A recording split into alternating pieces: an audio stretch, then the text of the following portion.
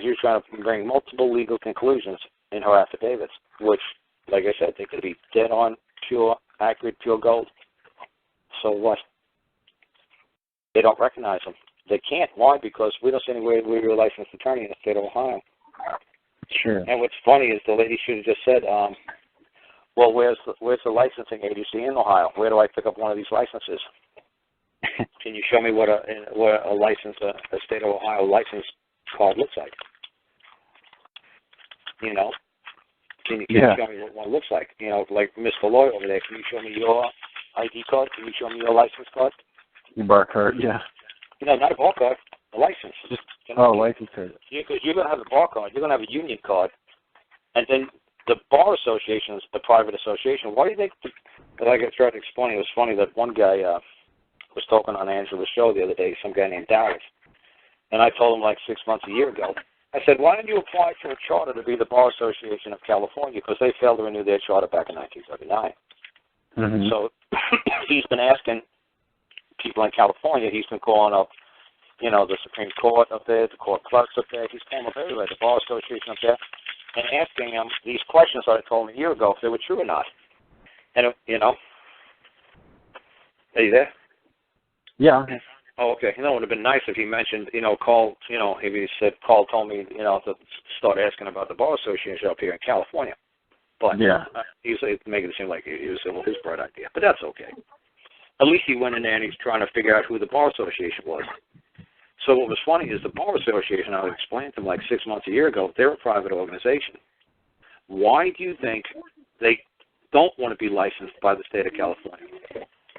Like, why do you think the bar? Why do you think like the Bar Association in Idaho does not want to be licensed by the government of Idaho? Do you know why? Why? Well, say if you have a license, right, you have to abide by all these Department of Motor Vehicle codes of Idaho or California. Oh, okay. So then all these Bar Association members would have to abide by a code set by the legislators. And who are the legislators? Legislators are just people like you and me.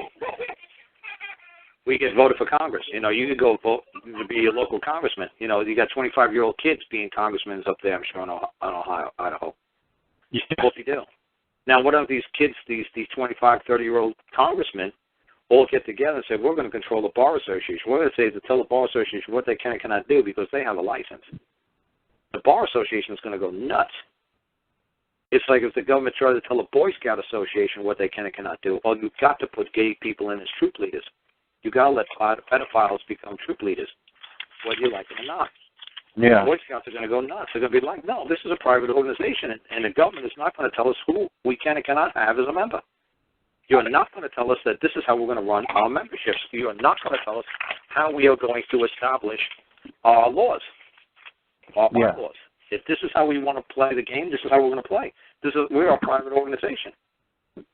So, of course, the Bar Associations here in the United States don't have licenses. That's ridiculous because a Joe Normal like you and me could run for a state legislature, could be a state congressman, a state legislator, and we could control the Bar Association. That's why they're not. That's why I said to them, why do you think they're not chartered anymore in California? Why do you think there is not a Bar Association that's chartered, that has the blessings of the state to exist and be issued licenses? You know, like it was explained to them about having something endorsed. You know, like only the government can endorse, like say you had a bar association, only the governments can issue licenses. The Boy Scouts can't issue a license. The Boy Scouts can't determine, like, well, we're going to give you a license because if you did this without a license, it would be illegal.